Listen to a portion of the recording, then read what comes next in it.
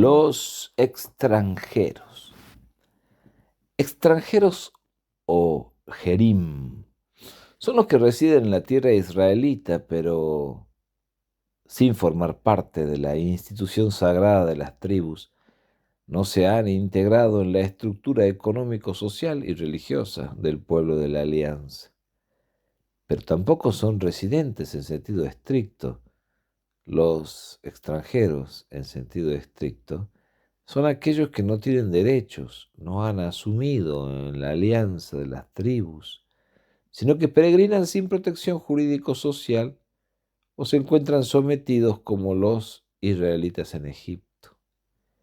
Ellos constituyen una categoría muy especial de personas y su integración o rechazo dentro de la estructura socio-religiosa de Israel constituye uno de los temas más apasionantes de la historia bíblica. ¿Qué pasó con Jesús y el centurión? Lee Mateo 8 del 5 al 13. El centurión, jefe de 100 hombres del ejército romano, además de pagano, representaba a la potencia colonial de Roma, doble motivo para convertirse en una persona despreciable. También Jesús invitaba la ira de los celotes. Lo podían nombrar colaborador con los romanos. Al oírlo, Jesús se admiró y dijo a los que le seguían: les aseguro que no he encontrado una fe semejante en ningún israelita.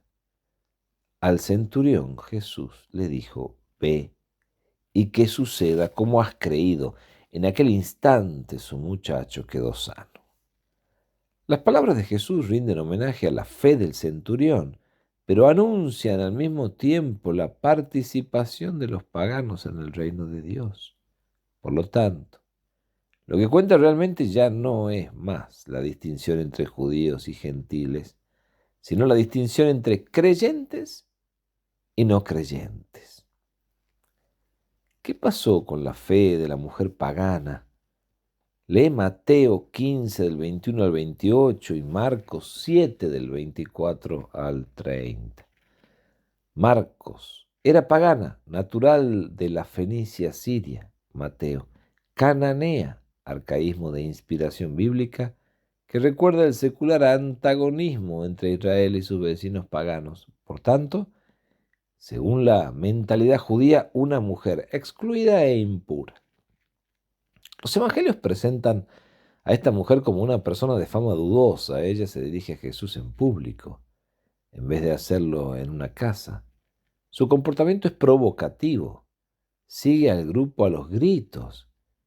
El término cananea la caracteriza como no judía y la sitúa en el grupo de las mujeres cananeas asociadas a la tradición bíblica con la prostitución y otras transgresiones sexuales. La actitud de Jesús resulta en un primer momento desconcertante.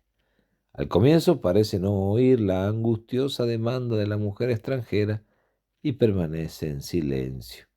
Luego replica a sus discípulos que ha sido enviado únicamente a las ovejas perdidas del pueblo de Israel. Al fin Jesús sale de su silencio y se abre a un fructífero y profundo diálogo con la mujer. No la despide, como querían sus discípulos, pero todavía no cede. Más aún, establece una tajante distinción entre los hijos y los cachorros. La expresión perros o cachorros era común entre los judíos para referirse a los paganos por su idolatría y por la corrupción de sus costumbres. Su exclusivismo, el de Jesús, resulta extraño en el presente caso, ya que es poco compatible con la misericordia que él mismo muestra habitualmente con los pobres y afligidos. La admirable respuesta de la mujer confirma las palabras de Jesús. Esta insistencia en la oración y la inteligencia de su respuesta provocan la admiración de Jesús y le arrancan un elogio semejante al que había recibido del centurión romano.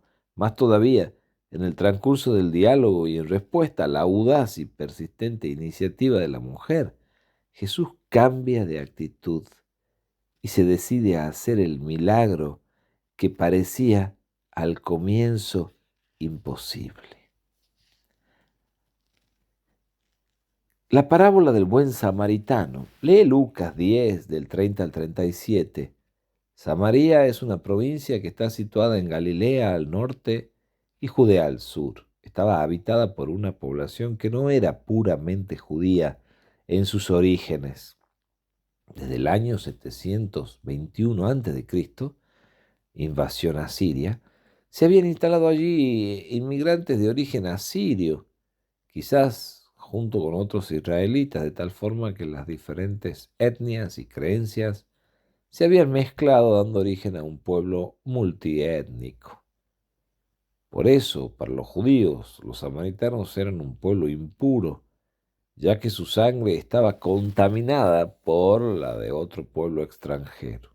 Sin embargo, los samaritanos creían ser los verdaderos descendientes de los hijos de Israel. Ellos tenían su propio templo sobre el monte de Garizim. Entre los judíos y samaritanos se había desarrollado un odio mutuo, ya que en el 107 a.C., el judío Juan Hircano se apoderó de Siquén, capital de Samaria, y destruyó el templo de Garizim. En el año 6 después de Cristo, los samaritanos profanaron gravemente el templo de Jerusalén, arrojando en él por la noche huesos humanos, precisamente en el día de la Pascua. Desde entonces se creó una hostilidad implacable. Los samaritanos negaban la importancia religiosa de Jerusalén. Los judíos tenían a los samaritanos como herejes y no querían ningún trato con ellos. Cuando los samaritanos iban a Jerusalén, los judíos no les permitían pasar del sitio reservado a los paganos, ni siquiera les aceptaban sacrificios expiatorios ni penitenciales, ya que consideraban que no adoraban a Dios como era debido. Para el judaísmo tradicional, el prójimo era el hermano del pueblo, el otro de origen israelita. Los demás no eran prójimos. Pero aún dentro del sistema socio-religioso del judaísmo, ese próximo debía reunir unas condiciones especiales para poder acercarse a uno. No debía estar impuro legalmente para que no hiciera impuro a nadie. El samaritano es el prototipo de la persona odiada, rechazada, que resulta incómoda, porque su sola presencia ponía en riesgo la pureza legal. Ese samaritano sirve a Jesús como modelo de lo que significa ser prójimo.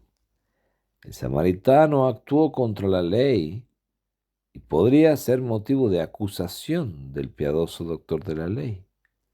Pero su acción supera con mucho a la ley misma, porque ha actuado con amor, con compasión, con generosidad, con desinterés y sobre todo con misericordia. ¿Qué prejuicios como pueblo tenemos contra algún grupo, pueblo extranjero en particular y por qué? ¿Quiénes son los romanos, cananeos y samaritanos en tus comunidades? Hoy, ¿qué desafío trae la actitud de Jesús hacia los extranjeros en nuestras comunidades?